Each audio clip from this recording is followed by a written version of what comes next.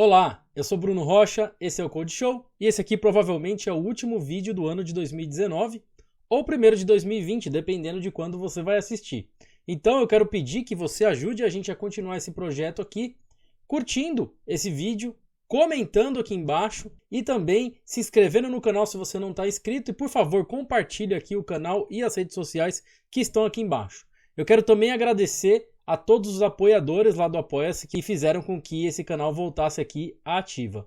Então é isso aí, e hoje eu quero compartilhar com vocês as top 5 ferramentas para desenvolvimento no Linux. Lembrando que são as minhas top 5 ferramentas, as que eu mais uso no dia a dia e que eu considero essencial para minha produtividade. Então aqui já fica um convite. Por favor, comenta aqui embaixo quais são as 5 ferramentas que você acha essencial para o desenvolvimento aí no seu ambiente, independente dele ser Linux, Mac, Windows. Por favor, comenta aqui, compartilha comigo que eu quero saber quais são as 5 ferramentas que você considera essenciais, independente da linguagem de programação que você usa, independente do tipo de tecnologia que você desenvolve. São 5 ferramentas que vai ajudar qualquer desenvolvedor em qualquer ambiente. Então vamos lá.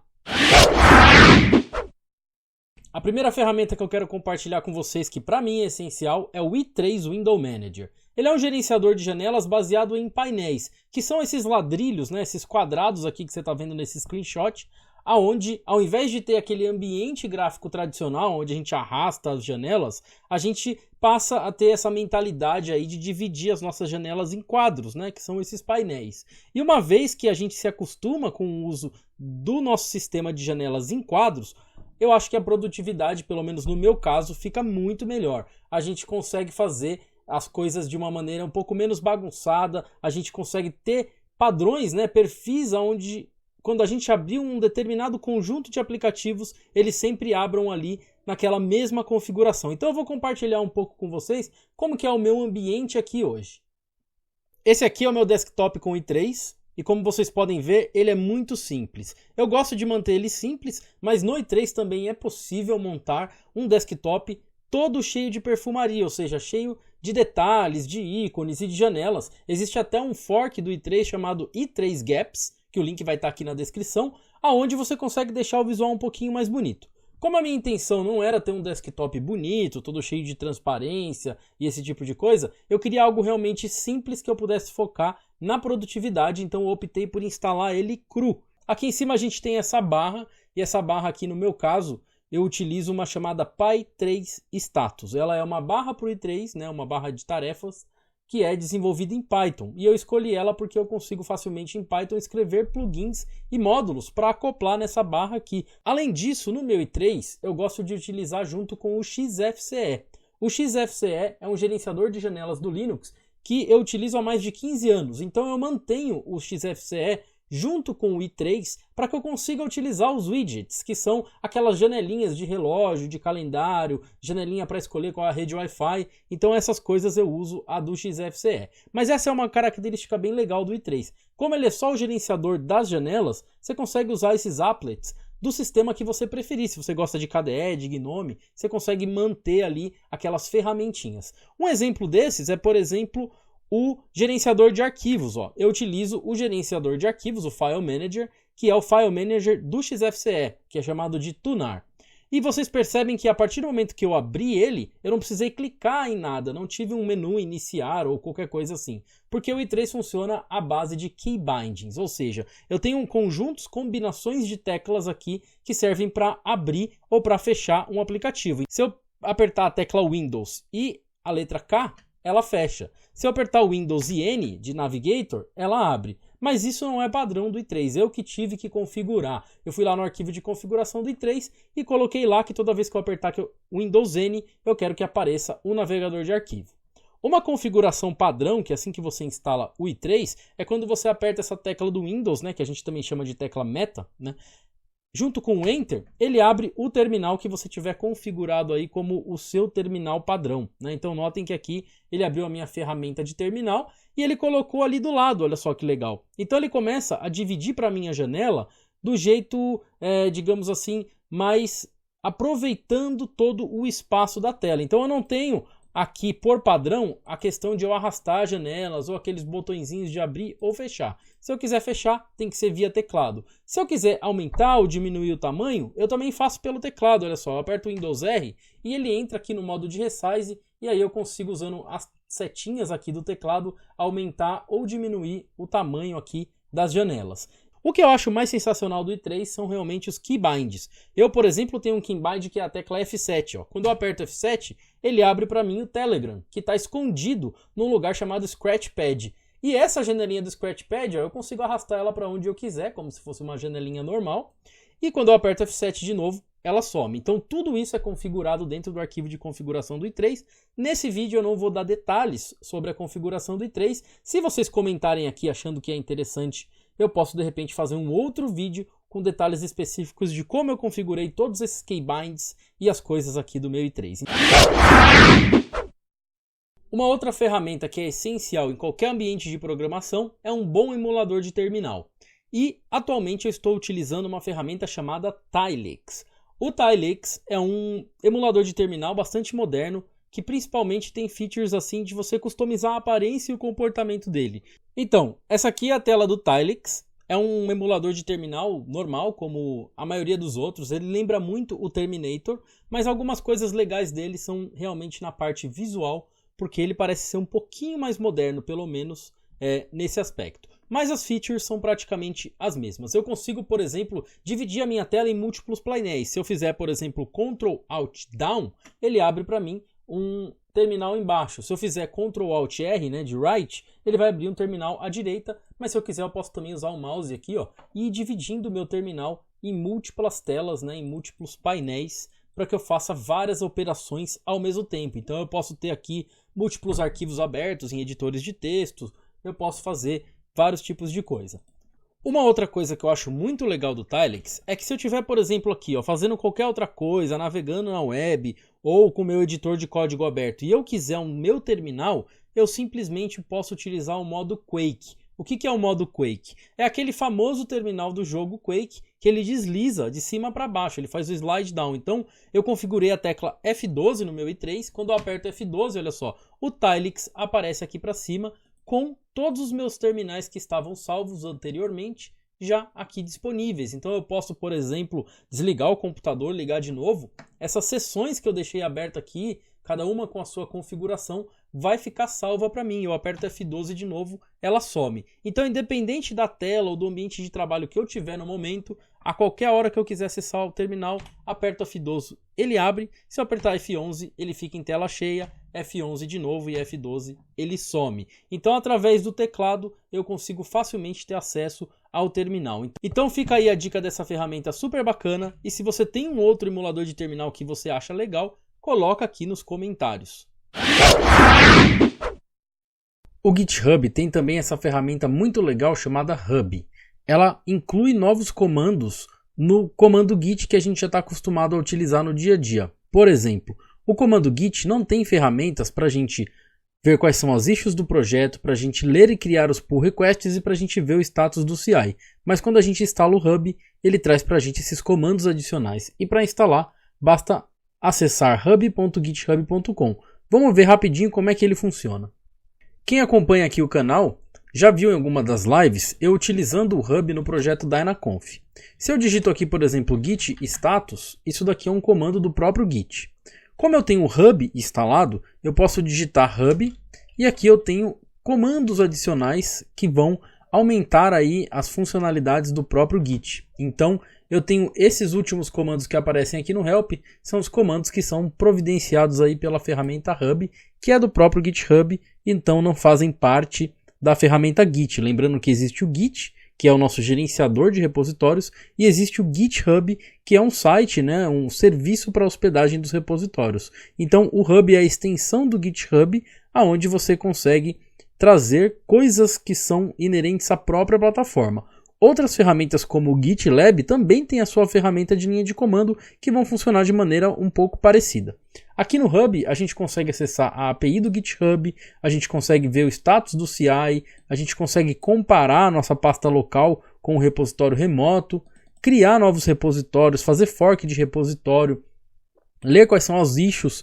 Então vamos olhar alguns detalhes aqui, por exemplo. Ó, se eu fizer aqui hub issue e passar o número de uma issue aqui no comando show, eu consigo aqui no terminal pedir a consulta dessa issue e ler todo o conteúdo dessa issue, ler inclusive quais são os comentários.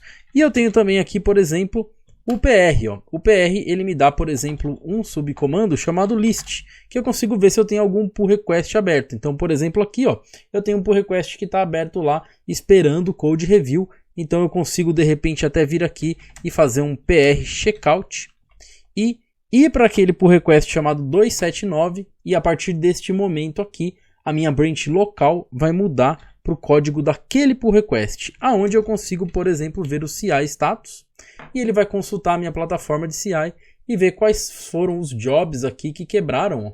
Tudo isso no terminal sem precisar abrir a tela do GitHub. Uma coisa que eu acho legal também é que eu posso criar o pull request por aqui. Ó.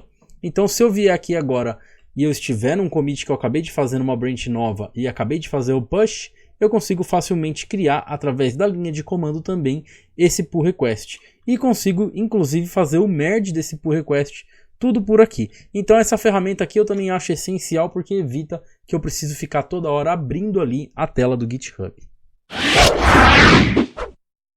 A penúltima ferramenta que eu quero compartilhar com vocês é o Direnv. Desde que eu descobri essa ferramenta, eu não consigo mais ficar sem ela, porque eu trabalho com múltiplos projetos. E aí eu quero que cada projeto tenha o seu conjunto de variáveis de ambiente. E é muito chato você ter que ficar exportando aquele monte de variável de ambiente igual toda vez que você vai acessar a pasta de um projeto. E aí que entra o Direnv. Ele automatiza para a gente esse processo de exportar variáveis de ambiente. Vamos ver como é que ele funciona na prática.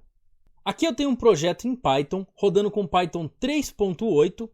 E eu vou mostrar para vocês como que a gente faria para acessar a variável de ambiente. Então, dentro de um arquivo que eu chamei de test.py, eu estou utilizando o módulo OS, que serve para a gente se comunicar com recursos do sistema operacional. E dentro do módulo OS eu estou tentando acessar as variáveis de ambiente e pegar de lá de dentro uma variável chamada hello. Se eu executar esse código agora, ele vai dar um erro dizendo para mim, olha só, eu tentei encontrar uma variável chamada hello, mas ela não existia dentro do ambiente. Então o que a gente precisa fazer nesse tipo de projeto? Quando você sabe que o seu projeto tem uma variável de ambiente que ele necessita. Ou você vai utilizar um módulo em Python, como por exemplo o Dynaconf, que eu já falei aqui nesse canal, ou você vai ter que toda hora exportar as variáveis de ambiente para deixar disponíveis para o seu projeto. E aí que entra o Direnv. Como que a gente faria sem o Direnv? A gente teria que vir aqui, fazer um export hello, por exemplo, hello igual a word, e aí sim eu poderia executar e ele ia pegar o valor que está dentro dessa variável de ambiente aqui. O problema é que se eu fechar e abrir esse terminal de novo, eu perco aquela variável. Eu tenho que fazer isso toda vez que eu entrar na pasta do projeto. Então vamos ver como é que a gente resolve esse problema utilizando o Direnv. Para que o Direnv funcione, você precisa instalar ele. No meu caso aqui no Fedora eu dei um DNF install Direnv, mas acessando o site do Direnv, que vai estar aqui embaixo na descrição, você consegue achar aí a maneira de instalar no seu sistema. Para que ele funcione, a gente tem que criar um arquivo chamado .envrc. Então eu vou utilizar o Nano, que é um editor bastante simples, e vou criar o arquivo chamado .envrc. Dentro do .envrc eu posso colocar qualquer coisa que seja executada pelo bash, mas o ideal é que a gente coloque somente variáveis de ambiente a serem exportadas. Então, aqui eu automatizo esse processo que eu teria que fazer na mão. Então, tudo aquilo que ao acessar a pasta do projeto eu tenho que fazer, por exemplo, exportar variáveis de ambiente, criar algum arquivo, alguma coisa, fazer uma limpeza, eu posso automatizar dentro do Direnv. E eu vou exportar aqui a variável hello e ela vai ter aí o conteúdo word.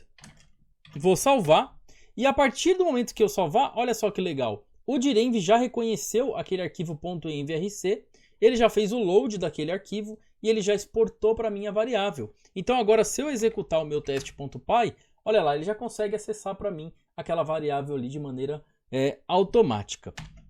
Uma coisa bacana é que a hora que eu sair dessa pasta e for para outra, ele faz para mim um unloading, ó. Ou seja, a partir de agora, aquela variável não existe mais. Eu posso vir aqui e fazer assim, ó, env pipe grep hello. Para eu descobrir se a variável está lá. Olha só, não tem nenhuma variável exportada, ou seja, toda vez que eu mudar de pasta eu não vou ficar sujando o ambiente dos outros projetos.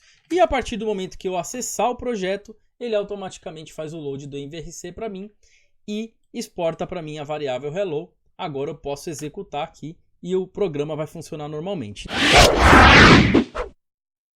E agora, para fechar esse vídeo, a ferramenta que hoje em dia eu acho mais essencial no meu ambiente de programação é o Visual Studio Code. Eu já fui usuário de Emacs durante muito tempo, eu acho o Emacs um editor sensacional, mas desde que eu comecei a usar o Visual Studio Code, eu encontrei ali facilidades que eu não tinha nos outros editores. Eu não sou muito fã de usar aquelas IDEs cheias de ferramentas e que você fica, às vezes, um pouco preso. É uma opinião pessoal. Mas no VS Code eu consegui encontrar um balanço entre um editor simples e uma IDE, porque apesar dele ser um editor simples, ele tem muitas extensões e muitas coisas que você consegue configurar e automatizar. Então, hoje é o editor que eu utilizo e na maior parte do tempo, quando eu estou programando, a única coisa que eu tenho aberta é o Visual Studio Code. Então, só um gostinho aí do Visual Studio Code para quem nunca viu essa ferramenta. O Visual Studio Code é um editor que ele consegue ser chamado a partir do terminal. Então, estando dentro da pasta de um projeto, como essa daqui que eu acabei de mostrar para vocês, inclusive com variáveis de ambiente e virtualenv ativada, eu consigo digitar code ponto. Quando eu faço isso, o Visual Studio Code abre aqui para mim e eu posso até fechar o meu terminal e ficar só com o Visual Studio Code aqui aberto. Como é que o Visual Studio Code funciona? Ele é um editor super simples, aqui você consegue abrir um arquivo, então nesse caso aqui, aquele arquivo ali que a gente já estava vendo que é o arquivo de teste da variável de ambiente. Aqui eu tenho um painel onde eu vou abrir nos meus arquivos, eu posso até criar novos arquivos por aqui. Aqui nessa barra lateral, onde eu tenho acesso ao outline dos objetos aqui do meu arquivo Python, se eu tiver classes e funções. Aqui onde eu tenho os editores que eu tenho aberto, as pastas do meu projeto. E também várias extensões que eu consigo instalar aqui, por exemplo, extensão para fazer debug. E eu consigo navegar no marketplace de extensões, instalar várias extensões e isso daqui é uma coisa bastante pessoal. As extensões de linguagem, por exemplo, a extensão Python, que é uma extensão oficial da Microsoft, tem aqui uma extensão para testes e por aí vai. Então você consegue ir customizando o seu Visual Studio Code até para gerenciar os seus containers Docker, acessar seus bancos de dados por aqui, acessar ferramentas como, por exemplo, os seus gists lá do GitHub. Uma coisa bastante legal dele é a facilidade para você customizar os temas. Então ele tem vários esquemas de cores que você consegue inclusive instalar alguns ou até criar o seu próprio do jeito que você gosta mais de trabalhar. Eu gosto de trabalhar com um ambiente escuro e às vezes eu vou alternando para que eu não fique muito cansado daquele esquema, mas olha só, ele tem vários esquemas de cores que fazem com que ele fique bastante confortável para programar. E uma coisa legal também é que você pode abrir um terminal dentro do Visual Studio Code e fazer a execução aqui do código. E inclusive o direnv que eu acabei de mostrar para vocês já vai estar funcionando aqui com o Visual Studio Code, ou seja, o Visual Studio Code vai ter acesso a todas aquelas variáveis de ambiente ali que a gente exportou. E você, além de conseguir abrir aqui o terminal, você tem muitas outras extensões, como por exemplo, você tem uma extensão chamada Browser Preview, que você consegue abrir um browser dentro do Visual Studio Code e aqui você navegar se você tiver um projeto web, ou até, sei lá, acessar o Stack Overflow aqui sem ter que ficar abrindo aquele monte de janela, né? Se você não tiver aí no i3 para abrir ali num tiling, ou seja, é um editor muito completo e que tem ferramentas de IDE, por exemplo, se eu quiser ver aqui um autocomplete, ou se eu quiser dar um Ctrl clique para ver a implementação e seguir a implementação daquele objeto, né, da declaração de uma classe ou de uma função, eu consigo fazer isso tudo com o Visual Studio Code. Então, essa para mim é hoje a ferramenta mais essencial. Eu não gosto de ficar preso a um editor, a uma IDE. Eu conseguiria facilmente trabalhar no Emacs novamente, no VI ou até no Nano, que é um editor que às vezes, quando é alguma coisa rápida, eu utilizo, mas hoje a minha produtividade está mais focada nas extensões e em toda a usabilidade do Visual Studio Code. Então, essa foi aqui a última dica. Lembrando que esse vídeo aqui foram as 5 ferramentas essenciais para o meu ambiente de desenvolvimento com Linux. E aí, eu gostaria de convidar você agora, primeiro, para curtir aqui esse vídeo, se inscrever aqui no canal e compartilhe aqui comigo quais são as 5 ferramentas que você acha essencial no seu ambiente de desenvolvimento. Qual editor que você usa? Então, vamos interagir aqui nos comentários. Valeu e até o próximo vídeo e um feliz ano novo para todo mundo.